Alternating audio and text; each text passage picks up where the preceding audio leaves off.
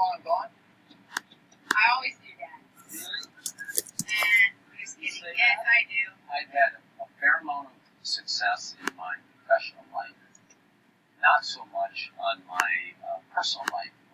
Been divorced twice. My first marriage will always be wonderful for me because it's given me the joy of my life, which are my two children. Allison, who's 20, and Lauren, who's 16. Are you excited?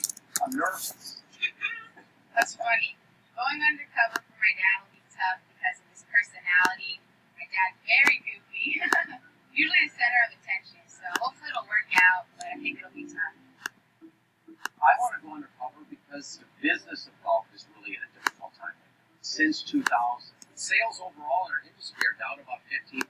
It's a difficult challenge for us to get a shrinking number of golfers to spend more money each year on a toy that they really don't need.